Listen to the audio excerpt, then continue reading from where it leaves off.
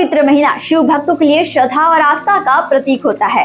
देश भर में इन दिनों कांवड़ यात्राओं की गूंज है। इसी क्रम में पंडरिया विधानसभा की विधायक भावना बोहरा ने एक ऐतिहासिक पहल करते हुए 151 किलोमीटर की कांवड़ यात्रा की शुरुआत की है। यह यात्रा 21 जुलाई सोमवार को अमरकंटक स्थित मां नर्मदा मंदिर से शुरू हुई, जो अगले 7 दिनों में भोरमदेव महादेव मंदिर पंडरिया तक पहुंचेगी। यात्रा में सैकड़ों शिव भक्त विधायक बोहरा के साथ कदम से कदम मिलाकर चल रहे हैं।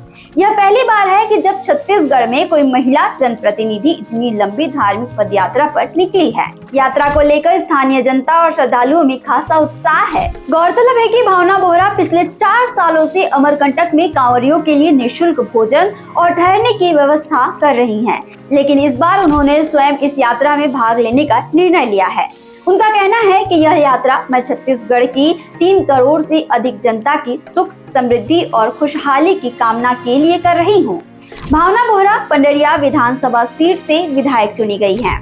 वर्ष 2023 के विधानसभा चुनाव में उन्होंने कांग्रेस प्रत्याशी नीलू चंद्रवंशी को लगभग 26,000 वोटों से हराया था। अपने क्षेत्र में उन्होंने शिक्षा और महिला सशक्तिकरण के मुद्दों पर निरंतर काम किया है। विधायक बोहरा एक सामाजिक संस्था भी संचालित करती हैं, जिसके माध्यम से वह निःशुल्क स्वास्थ्य जांच शिविर, निःशुल्क दवा वितरण, छात्राओं को निःशुल्क बस सुविधा और निःशुल्क कोचिंग जैसी सुविधा प्रदान करती हैं।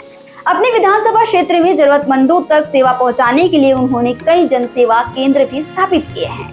इस खबर पर आपकी क्या राय है, कमेंट करके जरूर बताएं। छत्तीसगढ़ से जुड़े और अपडेट्स के लिए आप देखते रहें वयम छत्तीसगढ़।